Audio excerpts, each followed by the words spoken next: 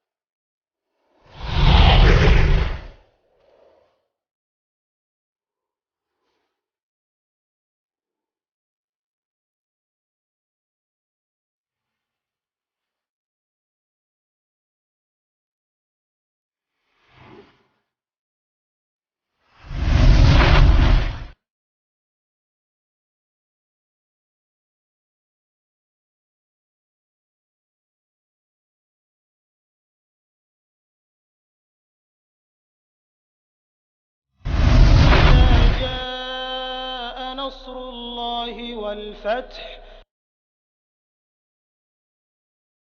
السلام عليكم ورحمة الله وبركاته. إن الحمد لله نحمده ونستعينه ونستغفره ونعوذ بالله من شرور أنفسنا ومن سيئات أعمالنا. من يهده الله فلا مضل له ومن يضلل فلا هادي له، وأشهد أن لا إله إلا الله وحده لا شريك له، وأشهد أن محمدًا عبده ورسوله. يا أيها الذين آمنوا اتقوا الله حق تقاته ولا تموتن إلا وأنتم مسلمون. يا أيها الناس اتقوا ربكم الذي خلقكم من نفس واحدة وخلق منها زوجها وبث منهما رجالا كثيرا ونساء، واتقوا الله الذي تساءلون به والأرحام إن الله كان عليكم رقيبا.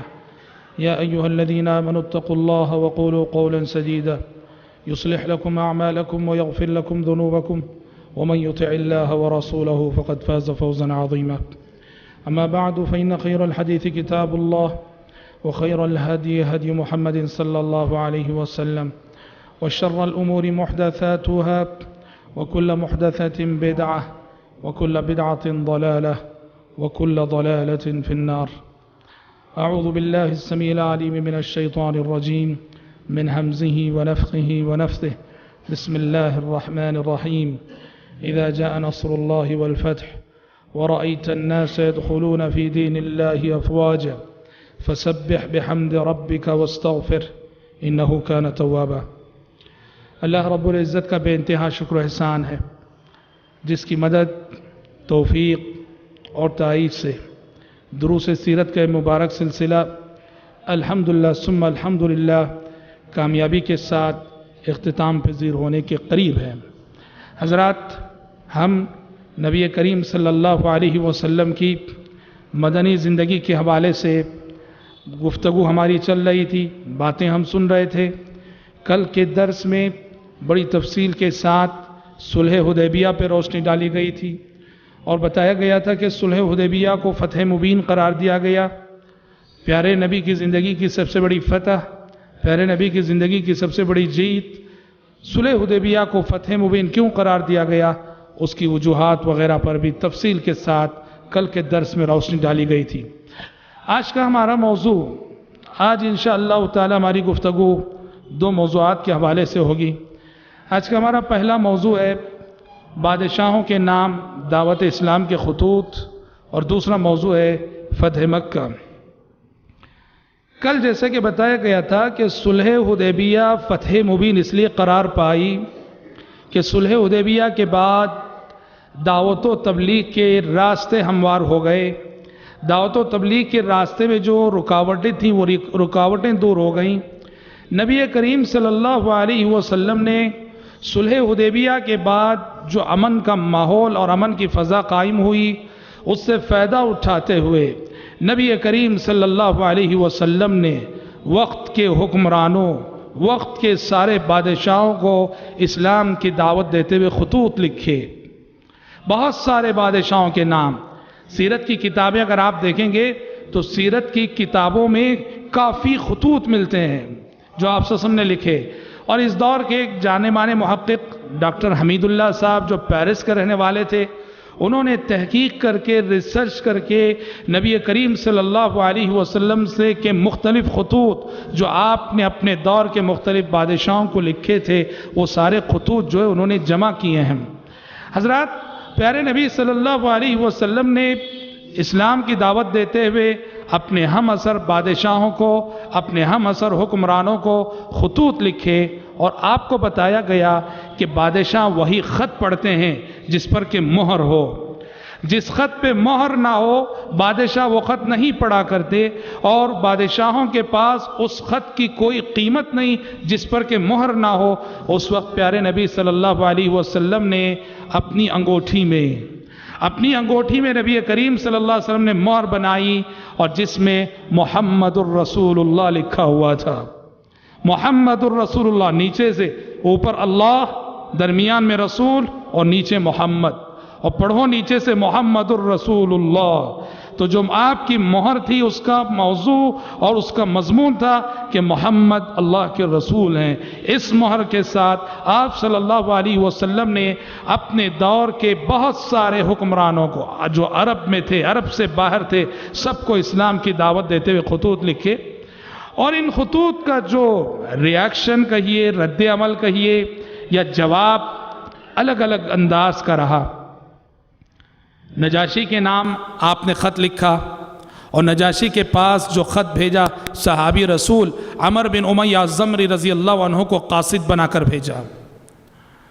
اور مصر کے بادشاہ مقوقس کے پاس خط لکھا، اور ان کے پاس دحیہ حاطب بن ابی بلتہ رضی اللہ عنہ کو قاصد بنا کر بھیجا. ایران کے بادشاہ کسریٰ کے پاس خط لکھا، اور کسریٰ کے پاس عبداللہ بن حذافہ سہمی رضی اللہ عنہ کو قاصد بنا کر بھیجا. اور آخری ہرقل جو روم کا بادشاہ تھا، دحیہ کلبی رضی اللہ عنہ کو قاصد بنا کر بھیجا، اور دعوت اسلام کا خط دحیہ کلبی نے اس تک پہنچایا. رد عمل کیا تھا؟ الگ الگ. یہ جو 4 نام میں نے لیے، یہ 4 مثالیں ہیں کہ آپ صلی اللہ علیہ وسلم نے دعوت اسلام کے جو خطوط لکھے اس کا جواب آپ کو کیا ملا. 4 نمونے ہیں. پہلا نام میں نے نجاشی کا لیا، اور نجاشی یہ وہ بادشاہ ہے. ہم آپ کو بتا دیں وہ نجاشی اور ہیں جن کا تذکرہ عہد مکی میں ہم نے کیا تھا. وہ تو اسی وقت مسلمان ہو گئے تھے جعفر بن ابی طالب رضی اللہ عنہ کی تقریر سن کر، تلاوت سن کر. محققین کے قول کے مطابق یہ نجاشی جن کے نام پیارے نبی نے دعوت اسلام کا خط لکھا یہ اور ہیں. یہ نجاشی بھی اپنے سابقہ پیش رو کی طرح پیارے نبی کی دعوت جب پہنچی، آپ کا خط پڑھنے کے بعد مشرف باسلام ہو گئے، اور پیارے نبی کے پاس جواب لکھا جس میں سمع و طاعت کو قبول کرنے کا اعلان تھا. تو دیکھیے، ایک رویہ یہ تھا کہ بعض بادشاہوں نے اسلام قبول کیا. دوسرا رویہ جو ہمیں مصر کے بادشاہ مقوقس کی شکل میں نظر آتا ہے. مقوقس کو جب آپ صلی اللہ علیہ وسلم کا خط پہنچا، خط پڑھا، اس نے اسلام تو قبول نہیں کیا پر آپ کے خط کی عزت کی. اور جو قاصد، جو صحابی حاطب بن ابی بلتہ رضی اللہ عنہ خط لے کر گئے تھے، ان کی عزت کی. اور عزت کرنے کے ساتھ ساتھ مقوقس نے پیارے نبی کی خدمت میں ہدیہ بھیجا، ماریا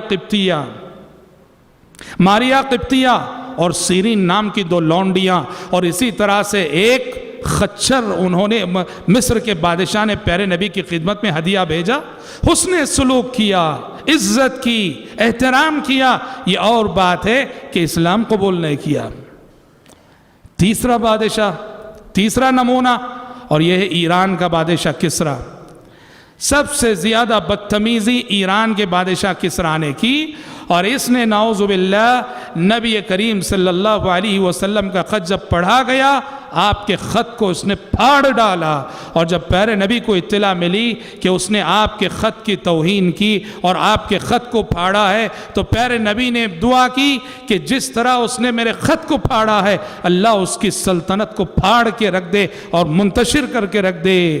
زیادہ دن نہیں گزرے کہ اس کا اپنا بیٹا کسریٰ کا اس نے اپنے باپ کا قتل کر دیا، جس نے نبی کے خط کو پھاڑا تھا، نبی کے شان میں گستاخی کی، اپنے بیٹے کے ہاتھ سے مارا گیا۔ اور یاد رکھنا، نبی کی شان میں، پیغمبر کی شان میں کسی بھی طرح کی گستاخی کرنے کا انجام آخرت میں جو ہوتا ہے، لیکن نبی کی شان میں کسی بھی طرح کی گستاخی کا انجام یہ ایسا جرم ہے کہ آخرت سے پہلے اس کی سزا دنیا میں مل کے رہتی ہے۔ بخاری کی وہ حدیث آپ نے سن رکھی ہے، ایک یہودی تھا جو اسلام لایا، مسلمان ہوا، پیارے نبی کے بہت قریب ہو گیا، کاتبین وحی میں اس کا شمار ہوا، آسمان سے آنے والی وحی لکھا کرتا تھا، اور بعد میں مرتد ہو گیا، اور مرتد ہو کے نبی کو تکلیف دیتا تھا، جھوٹی باتیں کہتا تھا کہ میں نے اپنی جانب سے قرآن مجید میں ایکسٹرا فٹنگ کر دی ہے، وحی الہی میں بہت کچھ میں نے ملا دیا ہے۔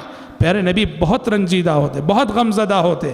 آپ جانتے ہیں کہ اس شخص کا انتقال عین جوانی میں ہو گیا، یہودیوں نے اس کو دفن کیا، شام دفن کیا، صبح دیکھا کہ اس کی لاش زمین کے اوپر پڑی ہوئی ہے۔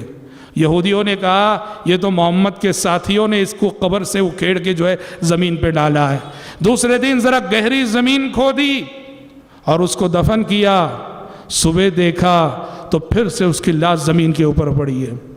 یہودیوں نے پھر وہی الزام دیا کہ محمد کے ساتھیوں نے ایسا کیا ہے۔ تیسرے دن کافی گہری قبر کھودی اور اس کو دفن کیا، اور تیسری صبح انہوں نے دیکھا پھر اس کی لاش زمین پر پڑی ہے، تب انہیں یقین ہو گیا، چپ رہ گئے کہ یہ اللہ کی مار ہے۔ تو اللہ کے نبی کی شان میں گستاخی یہ اتنا بڑا جرم ہے کہ یہ گستاخی کرنے والا آخرت سے پہلے دنیا میں اس کا انجام دیکھ کر رہے گا۔ کسریٰ نے نبی کے خط کو پھاڑا اور اللہ تعالیٰ نے اس کی سلطنت کا خاتمہ خود اس کے اپنے بیٹے کے ہاتھوں کر کے رکھ دیا۔ چوتھا نمونہ حضرات ہرقل کا، قیصر روم کا بادشاہ ہرقل، اور یہ اس میں ذرا تفصیل ہے، اور یہ بڑا دلچسپ واقعہ ہے جو صحیح بخاری میں بڑی تفصیل سے آیا ہوا ہے۔ ہرقل ایک ماہر نجومی تھا۔ نجومی کسے بولتے ہیں؟ ستاروں کو دیکھ کے جو مستقبل بتاتے ہیں۔ ہرقل بہت ماہر نجومی تھا۔ ہم آپ کو بتا دیں، جیسے جادو ایک علم ہے، ویسے ہی علم نجوم بھی ایک علم ہے۔ جس طرح جادو کا سیکھنا سکھانا حرام ہے، علم نجوم کا سیکھنا سکھانا بھی حرام ہے، کفر قرار دیا پیارے نبی نے۔ ہاں، نشیمن پیپر آتا ہے، لوگ پہلے کھول کے دیکھتے ہیں ستاروں کے کھیل، ہمارے بنگلور سے نکلتا ہے ستاروں کے کھیل۔ اس میں کیا ہوتا ہے؟ ہر ہفتے کی قسمت دی ہوئی ہوتی ستاروں کی روشنی میں۔ اگر آپ کا نام الف سے شروع ہوتا ہے تو یہ ہفتے آپ کے ساتھ ایسا ہونے والا ہے۔ اگر آپ کا نام با سے شروع ہونے والا ہے، یہ ہفتے ستارے کہہ رہے ہیں کہ آپ کے ساتھ ایسا ہونے والا۔ نعوذ باللہ، کفر قرار دیا شریعت نے۔ بہرحال ایک علم ہے، آزمائش ہے دنیا، امتحان ہے دنیا، سیکھنا سکھانا حرام ہے۔ ہرقل جو کہ کرسچن تھا، یہ ماہر نجومی تھا۔ ایک دن کیا ہوا، ہرقل کو ابھی کچھ میسج پہنچا نہیں پیارے نبی کی جانب سے۔ ایک دن صبح کے وقت دربار میں ہرقل جب آ کے بیٹھا، بہت ٹینشن میں نظر آ رہا تھا، بہت ٹینشن میں۔ سارے درباریوں نے محسوس کیا، اور سارے درباریوں نے بادشاہ سے پوچھا کہ بادشاہ سلامت، کیا بات ہے کہ آج اتنے ٹینشن میں نظر آ رہے ہیں؟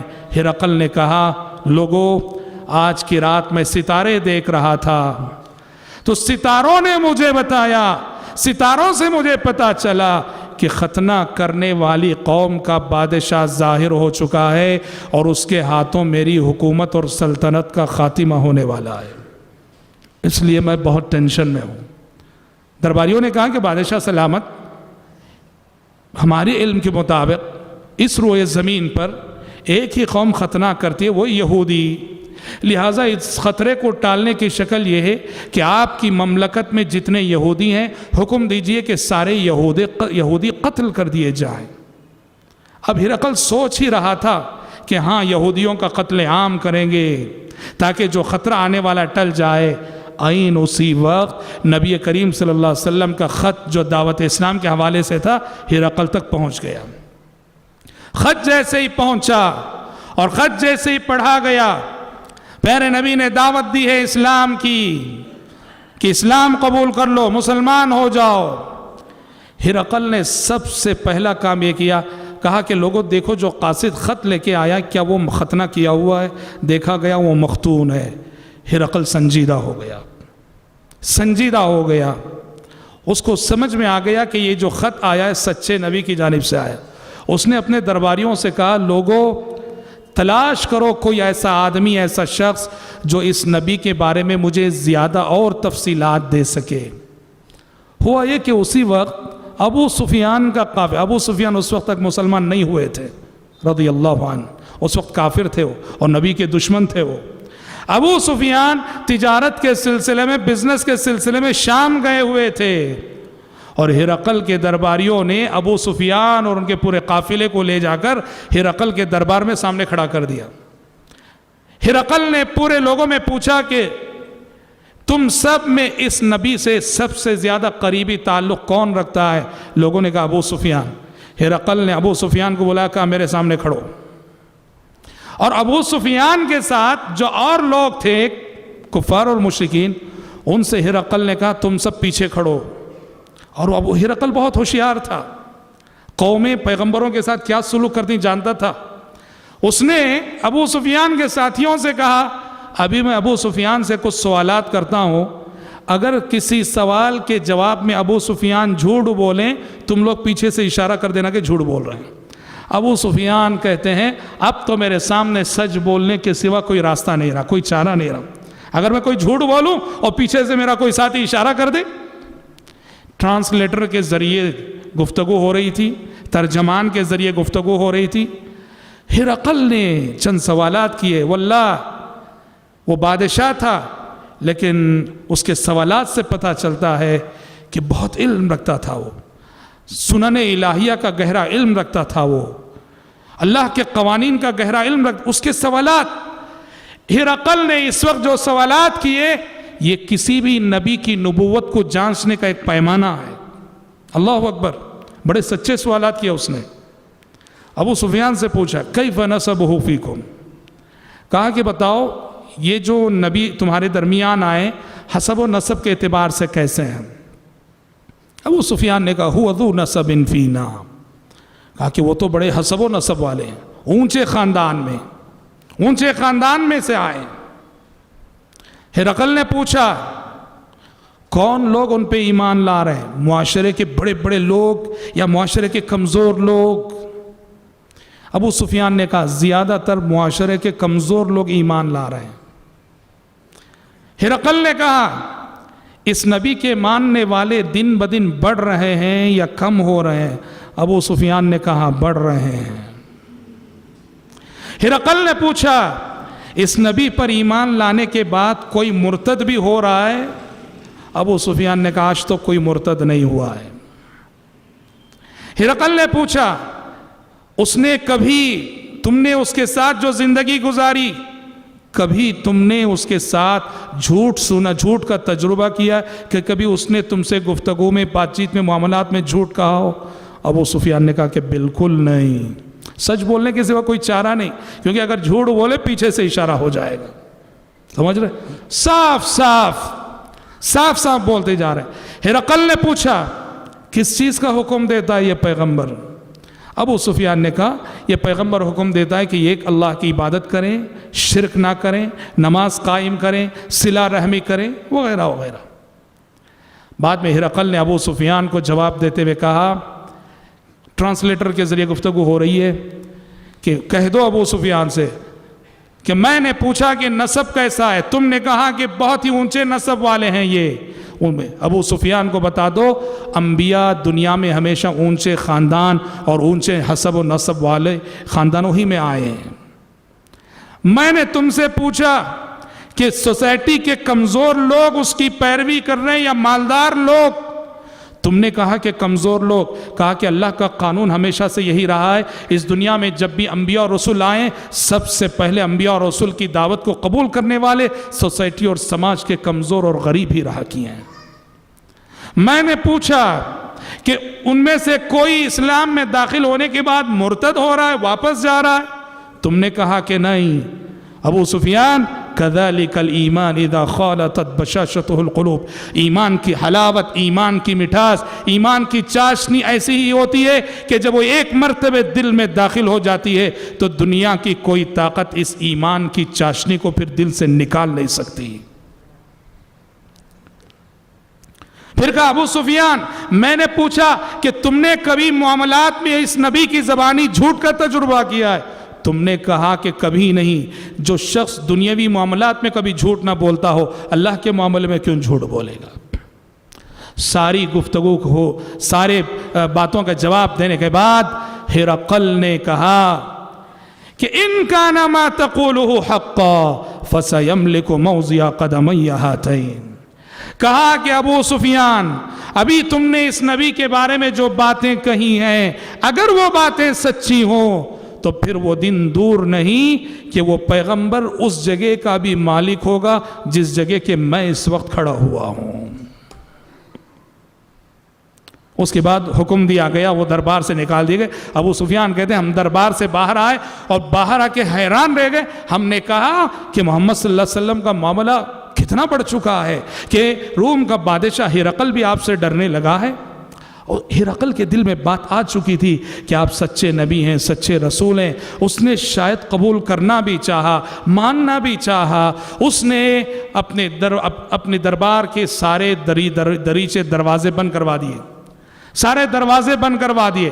بند کروانے کے بعد اپنے درباریوں سے، اپنے مذہبی رہنماؤں سے، اپنے مذہبی عالموں سے ان کی رائے جاننی چاہیے۔ وہ چاہ رہا تھا کہ سب کے ساتھ اسلام قبول کریں گے، لیکن جیسے ہی ہرقل نے اپنا میلان ظاہر کیا، رجحان ظاہر کیا نبی کریم صلی اللہ علیہ وسلم کی طرف، پورے دربار میں ایک ہنگامہ مچ گیا، ایک ہنگامہ مچ گیا۔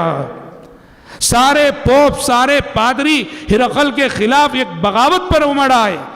تو اس نے دیکھا کہ میری کرسی خطرے میں ہے، حکومت خطرے میں ہے، کرسی بچانے کے لیے حق کو قبول کرنے سے باز رہ گیا۔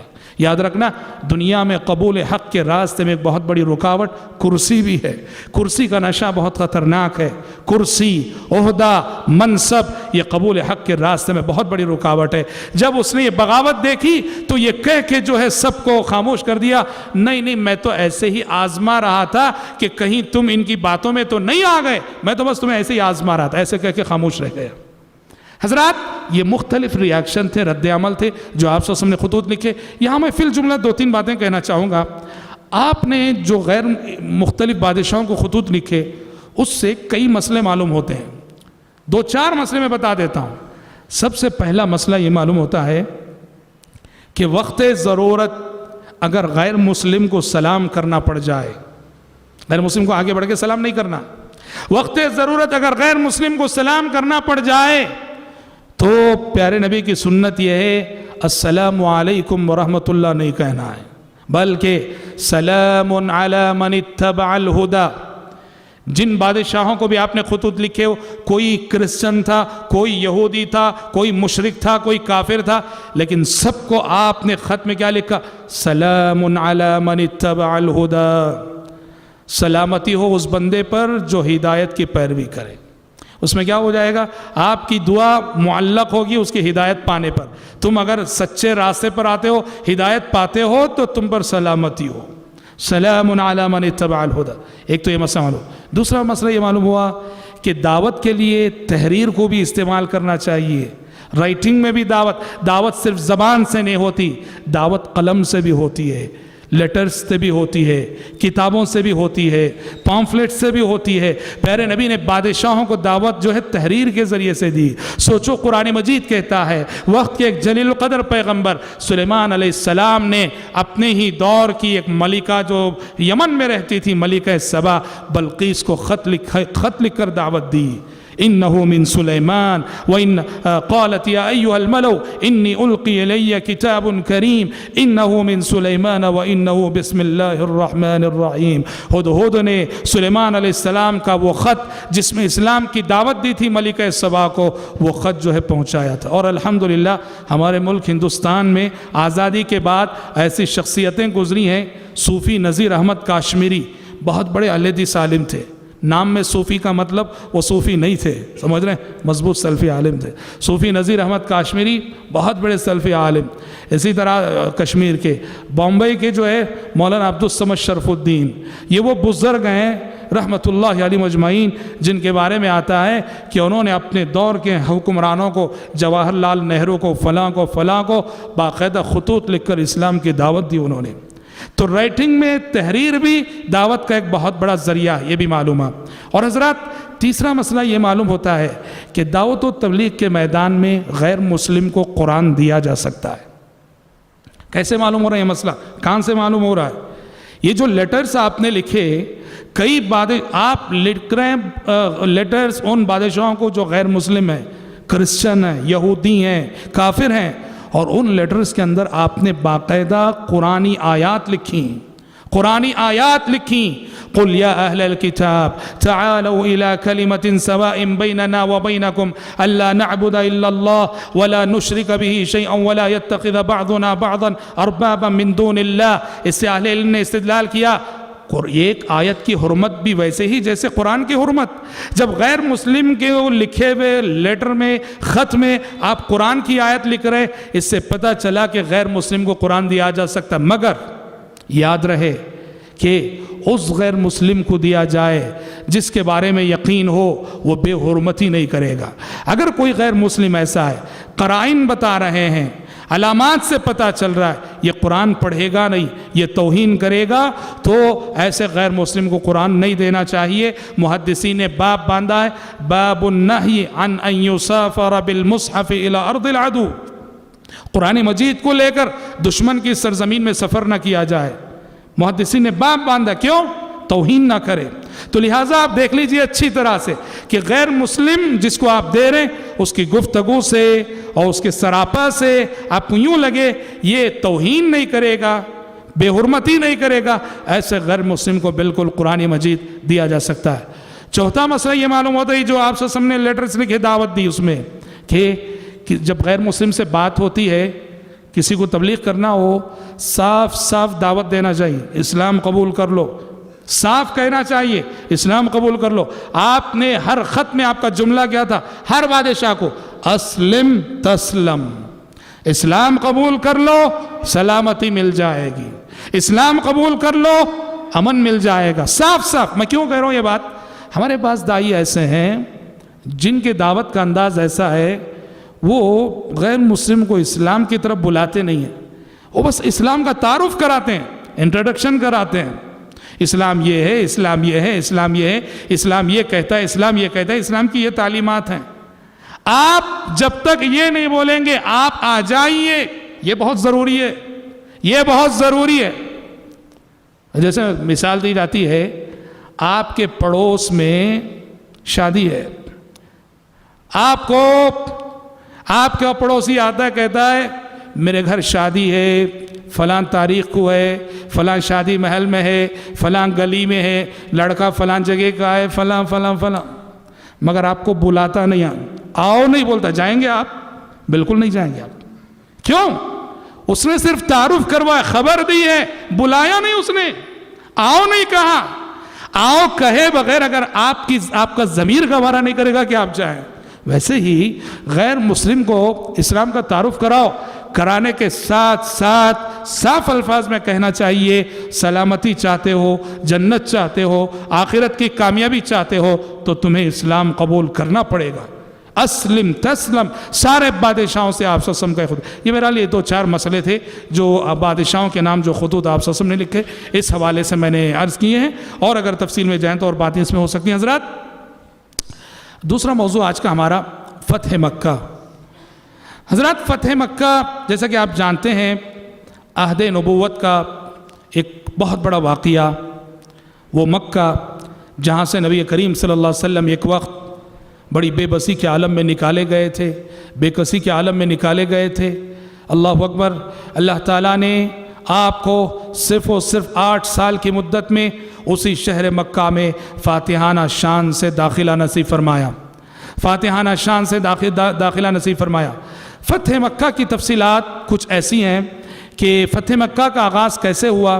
کل جیسے ہم نے صلح حدیبیہ کے حوالے سے ایک بات بتائی تھی، صلح حدیبیہ میں ایک شرط یہ طے پائی تھی کہ جو قبیلہ مسلمانوں کا دوست بننا چاہے بن سکتا ہے، اور جو قبیلہ مشرکین مکہ کا دوست بننا چاہے بن سکتا ہے۔ اس شرط کے مطابق ایک قبیلہ تھا بنو خزاعہ، وہ مسلمانوں کی دوستی اس نے اپنا لی، اور ایک قبیلہ تھا بنو بکر، وہ مشرکین مکہ کی دوستی اس نے اپنا لی۔ اس کو عربی زبان میں حلف کہتے ہیں، حلیف بن گیا۔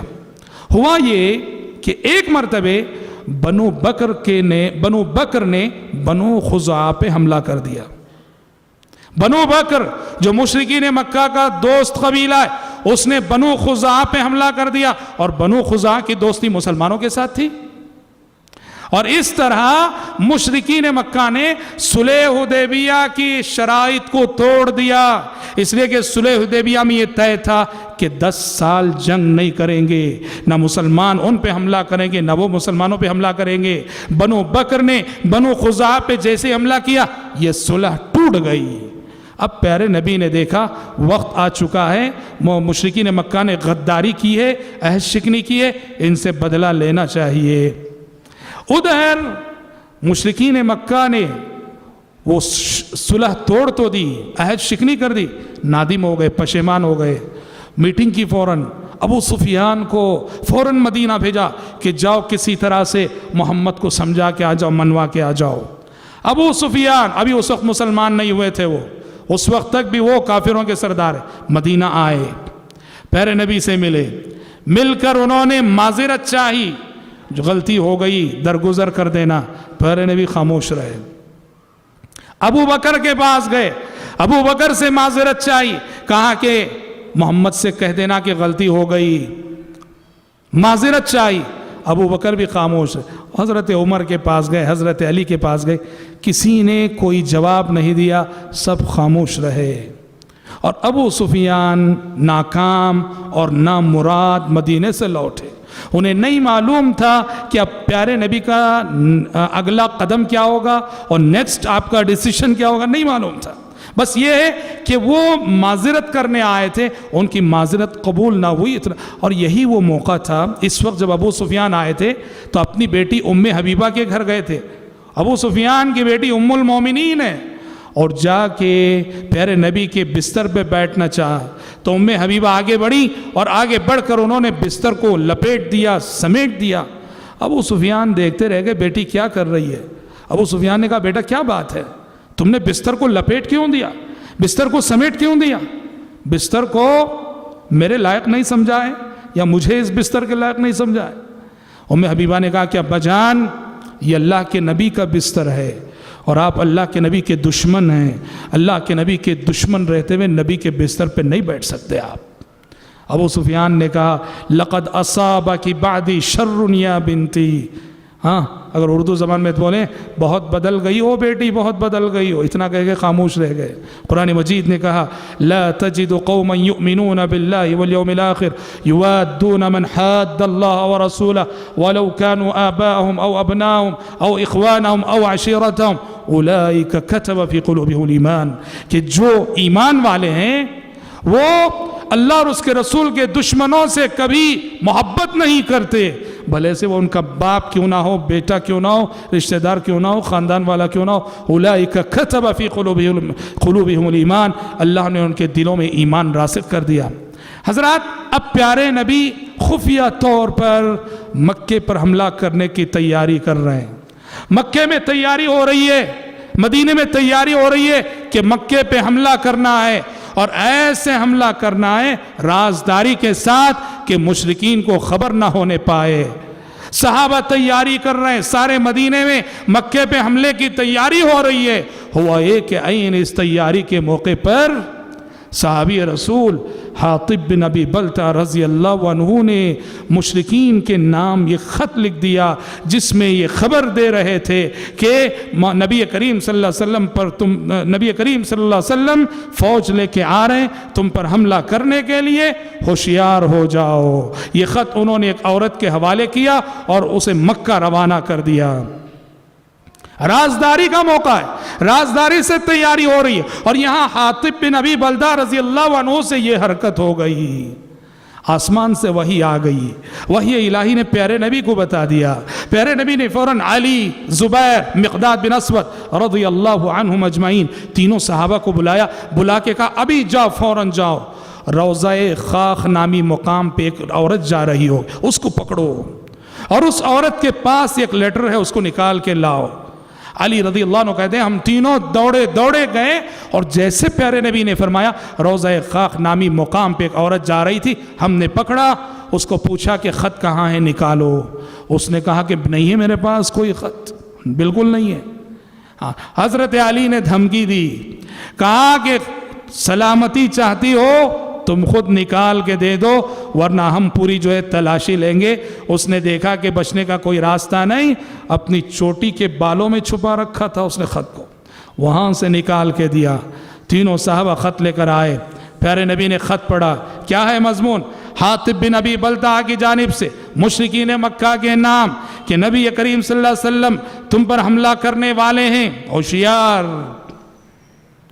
پیارے نبی نے حاطب کو بلایا رضی اللہ عنہ وارضہ، بلا کے کہا کہ حاطب کیا بات ہے، کیا بات ہے؟ یہاں غور کرنے کی بات ہے، اگر آج کی اصطلاح میں اگر ہم کہیں تو حضرت حاطب رضی اللہ عنہ سے جو حرکت ہوئی، جنگی راز افشا ہو رہا تھا، جنگی راز افشا کر رہے تھے وہ۔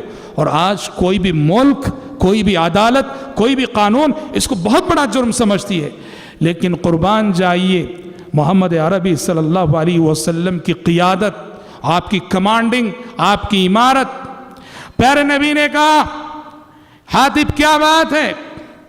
حاطب رضی اللہ عنہ نے کہا اے اللہ کے نبی سچ کہتا ہوں، نہ میں مرتد ہوا ہوں نہ میں منافق ہوا ہوں، اے اللہ کے نبی سچ سچ بتاتا ہوں یہ حرکت میں مجھ سے کیوں ہو گئی؟ کہا کہ دیکھیے مکے میں ہم حملہ کرنے والے ہیں، مکے میں میرے بچے ہیں، میرے رشتہ دار ہیں، وہاں انہیں کوئی بچانے والا نہیں ہے، ہمارے جو دوسرے ساتھی ہیں صحابہ ہیں ان کے رشتہ دار ہیں تو ان کو بچانے والے بھی ہیں وہاں، لیکن میرے بچوں کو وہاں کوئی بچانے والا نہیں ہے۔ میں نے چاہا کہ یہ اطلاع دے کر مکے والوں پہ ایک احسان کر دوں تاکہ وہ اس احسان کے بدلے جب ہم حملہ کریں میرے رشتہ داروں کو، میرے بچوں کی حفاظت کر لیں۔ اللہ کے نبی بس یہی ریزن تھا۔ عمر بن خطاب رضی اللہ عنہ آگے کہا دعنی اضرب عنق هذا المنافق، اے اللہ کے نبی اجازت دیجئے میں اس منافق کی گردن مار دوں گا۔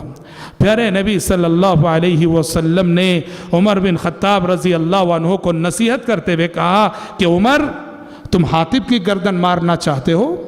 کہا کہ تمہیں نہیں معلوم کہ حاطب کا شمار میرے بدری صحابہ میں ہوتا ہے، اور میرے بدری صحابہ سے بدر کی فتح کے بعد اللہ نے آسمان سے جھانک کے کہا تھا کہ اے میرے نبی کے بدری ساتھیوں، آج کے بعد باقی زندگی میں جو کرنا ہے کر گزرو، میں نے تمہارے حق میں بخشش لکھ دی ہے، جنت لکھ دی ہے۔ حضرات نہ غصہ کیا آپ نے، نہ ڈانٹا آپ نے، پیارے نبی نے ان کا عذر سنا۔ کسی بھی کام، ایک تو معلوم ہوا پہلی بات انسان بشر ہے، بشر ہے، انسان سے غلطی ہو جاتی ہے، اور ہو سکتا ہے کہ بڑوں سے کبھی بڑی غلطی ہو جائے، ہو سکتا ہے، بشر ہے۔ لیکن یاد رکھو پیارے نبی نے بہت بڑا سبق دیا۔ کیا سبق؟ کسی بھی انسان سے غلطی ہو جائے تو اس کی سابقہ خوبیوں کو سامنے رکھ کر اس غلطی کے ساتھ معاملہ کرو۔ آج جس نے آپ کے حق میں غلطی کی ہے کل اس نے آپ پر احسان کیا ہوگا، اس کے احسانات کو یاد رکھو۔ آج حاطب سے غلطی ہو گئی اور بہت بڑی غلطی ہو گئی، لیکن یہی وہ حاطب ہیں کہ جب 313 صحابہ تھے، جہاں جان کے لالے پڑے تھے اور مشرکین 1000 کی تعداد میں آئے تھے، اور جہاں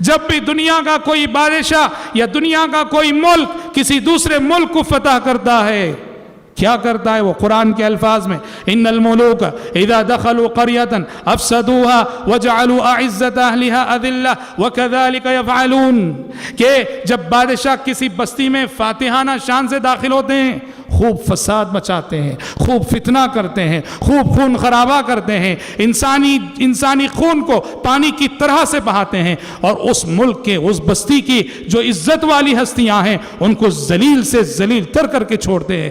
دنیا کی ہر فتح ایسے ہی، دنیا کی ہر فتح ایسے ہی، دنیا کا ہر ملک اور ہر حکمران جب کسی ملک کو فتح کرتا ہے، خون خرابہ کیے بغیر فتح نہیں ہوتی، انسانی خون کی ندیاں بہائے بغیر کوئی فتح نہیں ہوتی، ماؤں کو بیوہ کیے بغیر کوئی فتح نہیں ہوتی، بچوں کو یتیم کیے بغیر کوئی فتح نہیں ہوتی، اور عزت والوں کو ذلیل کیے بغیر کوئی فتح نہیں ہوتی۔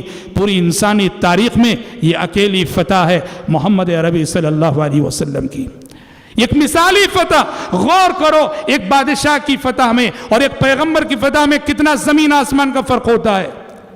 بادشاہ ملک میں داخل ہوتا ہے اتراتے ہوئے، تکبر کرتے ہوئے، غرور کے ساتھ داخل ہوتا ہے، اور محمد عربی صلی اللہ علیہ وسلم داخل ہو رہے تھے عاجزی انکساری کا یہ عالم۔ ابن اسحاق کی روایت ہے کہ پیارے نبی اپنی سواری پہ بیٹھے ہوئے تھے، انا فتحنا لک فتحا مبینا پڑے ہوئے اور اپنا سر جھکائے ہوئے عاجزی سے، اور اتنا سر جھکا تھا کہ آپ کی داڑھی کے بال آپ کی سواری اور آپ کی اونٹنی کی پیٹھ سے لگ رہے تھے۔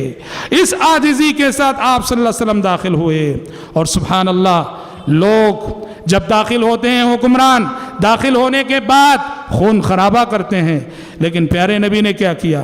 مکے میں داخل ہو رہے، ایک صحابی نے اعلان کیا الیوم یوم الملحمہ، ایک صحابی نے اعلان کر دیا آج تو خون خرابے کا دن ہے، آج ہم خون بہا کر رہے ہیں کہ کافروں کا۔ پیارے نبی نے ان کی صحابی کا جواب دیتے ہوئے کہا الیوم یوم المرحمہ، کہا کہ آج خون خرابے کا دن نہیں، آج رحم و کرم کا دن ہے، آج خون کی ندیاں نہیں بہیں گی، آج رحم و کرم کی بارشیں ہوں گی۔ اور حضرات مکے میں داخل ہونے کے بعد پیارے نبی نے امن عام کا اعلان کر دیا۔ آپ نے کہا کہ لوگوں جو اپنے گھر میں بیٹھا رہے، اپنے گھر کا دروازہ بند کر لے، اسے امن ہے، جو خانہ کعبہ میں داخل ہو جائے اسے امن ہے۔ اور حضرات بادشاہ کیا کرتے ہیں؟ کسی بھی ملک میں داخل ہوتے وہاں کے عزت والے شہریوں کو ذلیل کرتے ہیں۔ پیارے نبی نے عزت والے شہریوں کو اور عزت دیتے ہوئے کہا کہ جو ابو سفیان کے گھر میں داخل ہو جائے اسے بھی امن ہے۔ اللہ اکبر، غور کرو کتنی بڑی بات ہے۔ ایک طرف آپ یہ فرما رہے ہیں جو خانہ کعبہ میں داخل ہو جائے اسے امن ہے، اور ایک طرف آپ یہ فرما رہے ہیں جو ابو سفیان کے گھر میں داخل ہو جائے اسے۔ کون ابو سفیان؟ جو پوری مکی تاریخ سے لے کر آج تک صف اول کے دشمن تھے، صف اول کے دشمن تھے، پیارے نبی کے خون کے پیاسے تھے۔ پیارے نبی نے کتنا بڑا اعزاز عطا کیا۔ ابو سفیان خود رضی اللہ عنہ وارضا اتنا متاثر ہوئے آپ کے اس کریمانہ سلوک سے، آپ کے اس کریمانہ اخلاق سے، انہیں احساس ہوا کہ میں نے نبی کو کتنا ستایا اور آپ میری کتنی عزت کر رہے ہیں۔ ابو سفیان رضی اللہ عنہ اس دن مشرف با اسلام ہو گئے، اس دن مشرف و اسلام ہو گئے۔ اور حضرات پیارے نبی فاتحانہ شان سے مسجد حرام تک پہنچے، خانہ کعبہ تک پہنچے، سارے کافر، سارے مشرک آپ کے سامنے لا کے کھڑا کیے گئے، سارے کافر آپ کے سامنے کھڑے ہیں اور رحم و کرم کی بھیک مانگ رہے ہیں نبی سے۔ کون ہیں یہ سامنے کھڑے ہونے والے؟ یہ وہ لوگ ہیں جو مکے کی 13 سالہ زندگی میں نبی اور نبی کے صحابہ کے خون کے پیاسے رہے، ان کی نیندیں حرام کی انہوں نے، پیارے نبی کو ستانے میں کوئی کسر نہیں چھوڑی انہوں نے، پیارے نبی کو تکلیف دینے میں کوئی کسر نہیں چھوڑی انہوں نے۔ ان کھڑے رہنے والوں میں آپ کو گالی دینے والا بھی تھا، ان کھڑے رہنے والوں میں آپ پر اونٹ کی اوجھڑی ڈالنے والے بھی تھے، ان کھڑے رہنے والوں میں آپ پر لعنتیں کرنے والے بھی تھے۔ اللہ اکبر۔ پیارے نبی نے ان سب سے پوچھا کیا سمجھتے ہو آج میں تمہارے ساتھ کیا معاملہ کرنے والا ہوں؟ سب نے ایک زبان ہو کے جواب دیا خیرن نرجو، خیرن نرجو، آپ سے تو ہمیں خیر ہی کی امید ہے۔ اللہ اکبر۔ اخلاق اس کو کہتے ہیں، اور انہی اخلاق سے پیارے نبی نے دنیا کو فتح کیا۔ دشمن بھی آپ سے خیر کی امید رکھ رہا ہے. جس دشمن نے آپ کو ستایا ہے اور بہت ستایا ہے، جب وہ آپ کی چنگل میں گرفتار ہو رہا ہے تو خود کو محفوظ سمجھ رہا ہے اور کہہ رہا ہے کہ اے محمد، آپ کے چنگل میں گرفتار ہو کر میں خود کو محفوظ اور مامون سمجھ رہا ہوں. خیرا نرجو. اور پیارے نبی نے ان کی امیدوں پہ پانی نہیں پھیرا. آپ نے جس طرح یوسف علیہ السلام نے اپنے قصوروار بھائیوں کو معاف کیا، وہی جملہ آپ نے دہرایا، لا تثریب علیکم اليوم اذهبوا فانتم الطلقاء. لوگو جاؤ، آج کوئی گرفت نہیں تم پر، کوئی پکڑ نہیں، کوئی ملامت نہیں، کوئی زبردست نہیں. آج تم سب آزاد ہو، آج تم سب آزاد ہو. اس کریمانہ سلوک سے سارا مکہ مسلمان ہو گیا. لیکن یاد رہے، اس امن کے موقع پر پیارے نبی نے چند شخصیتوں کو مستثنا کیا. ہاں یاد رہے، چند شخصیتوں کو مستثنا کیا اور کہا یہ 8 10 14 لوگوں کی چند لوگوں کی فہرست تھی. پیارے نبی نے ان کے بارے میں کہا یہ جہاں بھی نظر آئیں ان کا قتل کرو. کون ہیں یہ لیڈر قسم کے لوگ، سرغنہ. پیارے نبی جان، پبلک اور عوام ہوتی ہے، وہ بے قصور ہوتی ہے. پیارے نبی نے کہا دیکھو کون ہے جو اس پبلک کو یوز کر رہا ہے، عوام کو یوز کر رہا ہے. جو اصل مجرم وہ ہے جو ان غریبوں کو اور اس عوام کو یوز کر کے جو ہے اپنے غلط مقاصد کو پورا کر رہا ہے. چند دشمنوں کو آپ نے، اکرمہ بن ابی جہل، ابو جہل کے بیٹے اکرمہ انہی میں سے تھے، ابن خطل انہی میں سے تھا. ایک صحابی نے آگے کہا اے اللہ کے نبی، ابن خطل کعبۃ اللہ کے پردوں کو پکڑ کے لٹک گیا ہے اور بھیک مانگ رہا ہے رحم و کرم کی. کعبۃ اللہ کے پردوں کو پکڑ کر لٹک گیا. پیارے نبی نے کہا جاؤ وہیں اس کی گردن اڑاؤ. کعبۃ اللہ کے پردوں کو پکڑا ہوا تھا اور وہیں اس کی گردن اڑائی گئی. اکرمہ بن ابی جہل کسی طرح سے جان بچا کر بھاگ نکلے. بھاگ کر کسی طرح سے انہوں نے یمن جانا چاہا. کشتی میں سوار ہوئے یمن جا رہے تھے. کشتی ڈاوان ڈول ہونے لگی، کشتی بھور میں پھنس گئی، سمندر کی موجیں کشتی سے کھیلنے لگی. کشتی کا جو ملاح تھا، کشتی کا جو ناخدا تھا، اس نے اعلان کر دیا لوگو اب میرے ہاتھ میں بھی کچھ نہیں رہا، اب صرف تمہیں اللہ کی ذات ہی بچا سکتی ہے. اسی ایک کو پکارو، اس وقت اسی ایک کی ذات ہمیں بچا سکتی ہے، اس کے سوا کوئی ذات بچانے والی نہیں. اکرمہ نے کہا اگر سمندر میں اس کے سوا بچانے والی کوئی ذات نہیں تو پھر ہم خشکی میں اس کے ساتھ شریک کیوں کریں؟ خشکی میں بھی تو اس کے سوا کوئی نہ ہوگی. اکرمہ نے اسی وقت نظر مانی، کہا پروردگار اگر تو صحیح سالم ہماری کشتی کو ساحل پار لگا دے میں مسلمان ہو جاؤں گا. اللہ نے ان کی کشتی کو صحیح سالم ساحل پار لگا دیا. وہ مسلمان ہو گئے اور مسلمان ہو کر اپنی بیوی کے ساتھ پیارے نبی کی خدمت میں حاضر ہو گئے. اور جن لوگوں کے نام آپ نے، ان لوگوں کو جہاں بھی پاؤ قتل کرو، ان میں سے بھی اکثر پیارے نبی نے ان کو امان دے دیا بعد میں، کیونکہ وہ بعض صحابہ کی سفارشیں لے کر آئے. پیارے نبی نے ان کی سفارشوں کو قبول کر کے ان سب کو امان دے دیا. حضرات، پیارے نبی مکے میں داخل ہوئے، خانہ کعبہ میں داخل ہوئے. سب سے پہلا کام آپ نے یہ کیا کہ یہ مرکز توحید اور یہ خانہ کعبہ جس کی ایک ایک اینٹ توحید پہ رکھی گئی، اور یہ گھر جو شرک سے برات کی ایک علامت تھی، اس گھر کے اندر مشرکین 360 بت رکھ کر پوجا کر رہے تھے. پیارے نبی کا جیسا ہی قبضہ ہوا، کنٹرول ہوا، آپ نے پہلا کام یہ کیا، خانہ کعبہ کے اندر داخل ہوئے. آپ کے ہاتھ میں چھڑی تھی، ایک ایک بت کو گرائے جا رہے تھے، توڑے جا رہے تھے، پھوڑے جا رہے تھے اور آیت پڑھے جا رہے تھے جاء الحق وزهق الباطل، جاء الحق وزهق الباطل ان الباطل كان زهوقا. حق آ چکا، باطل مٹ چکا، اور باطل کے مقدر میں تو مٹنا ہی ہے. 360 بت آپ صلی اللہ علیہ وسلم نے گرا دیے، توڑ دیے، پھوڑ دیے، اور خانہ کعبہ کو بتوں کی نجاست سے پاک کرنے کے بعد پیارے نبی نے کہا لوگوں بلال کو بلا کے لاؤ. بلال لائے گئے. بلال سے کہا بلال چڑھ جاؤ خانہ کعبہ پہ، اور کہا کھڑے ہو جاؤ اور مکے کی تاریخ کی پہلی اذان دو. بلال حبشی رضی اللہ عنہ خانہ کعبہ کی دیواروں پہ چڑھ گئے اور انہوں نے مکے کی تاریخ کی پہلی اذان دی. آپ جانتے ہیں اس موقع پہ اذان دینے کے لیے پیارے نبی نے بلال کو کیوں یاد کیا؟ اس لیے یہی وہ مکہ ہے، یہی وہ مکہ ہے کہ مکی زندگی میں اسلام کے ابتدائی دور میں اسی مکہ میں اللہ احد کے توحید کا نعرہ لگانے کی وجہ سے اسی بلال حبشی کو مارا جاتا تھا، پیٹا جاتا تھا، انہیں یہاں کی زمین پہ ننگا کر کے گھسیٹا جاتا تھا، ان کے سینے پہ پتھروں کی سلیں رکھ دی جاتی تھیں۔ پیارے نبی نے کہا گویا کہ بلال جب اللہ اکبر کہنا مکے میں اپنی موت کو دعوت دینے کے برابر تھا، تب تم نے اللہ اکبر کی صدا بلند کی۔ آج جب مکہ ہمارے کنٹرول میں آ گیا ہے تو آج بھی اللہ اکبر کا اعلان کرنے کا سب سے زیادہ حق تمہارا ہی ہے۔ حضرت بلال نے وہاں اذان دی، اور حضرات مکے کو پاک کرنے کے بعد، صاف کرنے کے بعد، پیارے نبی نے مکے کے اطراف بھی بہت سارے بت تھے، مکے کے اطراف بھی بہت سارے بتوں کی پرستش ہوتی تھی۔ پیارے نبی نے مختلف صحابہ کی کمانڈنگ میں فوجیں روانہ کی، حضرت خالد بن ولید کو بھیجا رضی اللہ عنہ وارضا۔ طائف میں ایک بت تھا عزا، جس کا بہت بڑا بت خانہ تھا، اس کی پرستش ہوتی تھی، کہا کہ جاؤ عزا کو مار کے آؤ۔ خالد بن ولید رضی اللہ عنہ گئے، عزا کا جو اسٹیچو تھا، عزا کی مندر توڑ دی انہوں نے، مندر توڑ کے واپس اللہ کے نبی کے پاس اور بتایا کہ میں نے وہ مندر توڑ دیے۔ پیارے نبی نے کہا کہ ابھی تم نے عزا کا خاتمہ نہیں کیا، واپس جاؤ۔ واپس گئے، وہ جو اسٹیچو تھا، سمجھ رہے ہیں، وہ جو مجسمہ عزا کا بنا ہوا تھا، اس مجسمے پہ ایک وار کیا حضرت خالد نے۔ وار کرنے کے ساتھ ہی اس مجسمے سے ایک عورت نما وجود نکلا، لمبے لمبے بالوں والی، جو چلاتی ہوئی اپنے سر پہ مٹی ڈالتی ہوئی بھاگ رہی تھی۔ خالد بن ولید آگے بڑھے اور آگے بڑھ کے اس پہ بھی وار کیا۔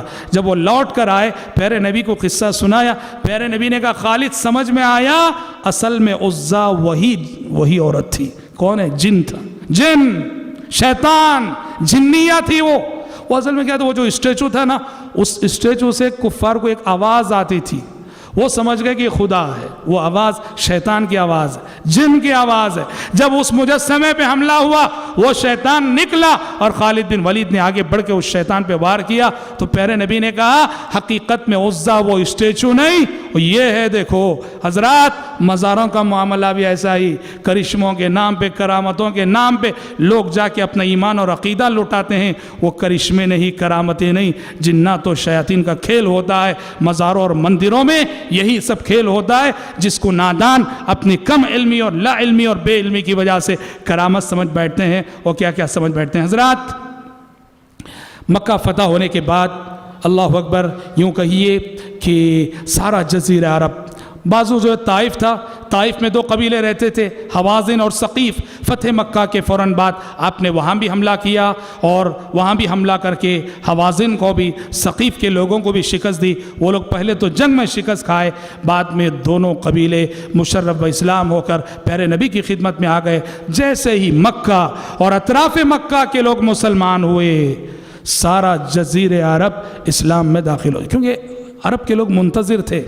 یہ جو لڑائی چل رہی ہے مدینے والوں میں، محمد صلی اللہ علیہ وسلم میں اور مشرکین مکہ میں، دیکھنا ہے کہ یہ اونٹ کس کروٹ بیٹھتا ہے۔ جب سن 8 ہجری میں مکے پر مسلمانوں کا قبضہ ہو گیا، مکے پہ مسلمانوں کا کنٹرول ہو گیا، سارا جزیرہ عرب کے سارے قبیلے جو منتظر تھے، دیکھ رہے تھے، سب نے ایمان لا لیا، اسلام قبول کر لیے۔ اسی لیے 8 ہجری میں مکہ فتح ہوا، سن 9 ہجری اس کو سیرت کی کتابوں میں عام الوفود کہا جاتا ہے۔ عام الوفود، وہ سال جس سال عرب کے سارے قبیلے اپنے وفد نبی کی خدمت میں بھیج کر قبول اسلام کا اعلان کر رہے تھے اور آپ کے ہاتھ پہ قبول اسلام کی بیعت کر رہے تھے، اور الحمدللہ فتح مکہ کے بعد ہی وہ منظر دیکھنے میں آیا، اذا جاء نصر اللہ والفتح ورأیت الناس يدخلون فی دین اللہ افواجا فسبح بحمد ربک واستغفر انہ کان توابا۔ اے پیغمبر، جب اللہ کی مدد آ جائے، فتح و کامرانی آ جائے، لوگوں کو دیکھیں آپ اسلام میں فوج در فوج داخل ہو رہے ہیں، تو شکر گزاری میں اللہ کی تسبیح اور اللہ کی پاکی بیان کیجئے اور ساتھ ساتھ استغفار کیجئے انہو کان توابا، وہ بہت توبہ قبول کرنے والا ہے۔ حضرات اس صورت میں صاف اشارہ تھا کہ لوگوں کے فوج در فوج اسلام میں داخل ہونے کے بعد اور جزیرہ عرب کے اسلام کے زیر سایہ آنے کے بعد جس مقصد اور جس مشن کے لیے پیارے نبی دنیا میں بھیجے گئے تھے، اب وہ مشن تقریباً مکمل ہو چکا ہے، وہ مقصد اب تقریباً پورا ہو چکا ہے، اور پورا ہونے کا مطلب یہ ہے کہ نبی سے دنیا کی واپسی کا وقت بھی قریب آ چکا ہے، دنیا سے نبی کا سفر آخرت بھی قریب آ چکا ہے۔ صاف طور پر سورۃ النصر میں اشارہ دے دیا گیا، اور بعد کی جو زندگی ہے، فتح مکہ کے بعد کی زندگی، عام الوفود کے بعد کی زندگی، وہ یوں کہیے آپ صلی اللہ علیہ وسلم سفر آخرت کی تیاری میں آپ نے گزاری۔ یہ تیاریاں آپ نے کیسے کی اور کیا کیا کی، انشاءاللہ اس موضوع پر کل ہم روشنی ڈالیں گے انشاءاللہ، جو ہمارے اس مبارک سلسلے کی آخری کڑی، آخری محاضرہ اور آخری لیکچر ہوگا، جس میں ہم نبی کریم صلی اللہ علیہ وسلم کے حج اور آپ صلی اللہ علیہ وسلم کی وفات سے متعلق تفصیل سے روشنی ڈالیں گے۔ آج اسی پر اکتفا کرتے ہوئے دعا کرتے ہیں کہ رب العالمین ہم سب کو، آپ سب کو اس بات کی توفیق عطا فرمائے کہ ہم اپنی عملی زندگیوں کو سیرت رسول کے سانچے میں ڈھال سکے۔ اللہم آمین، وآخر دعوانا ان الحمد للہ رب العالمین۔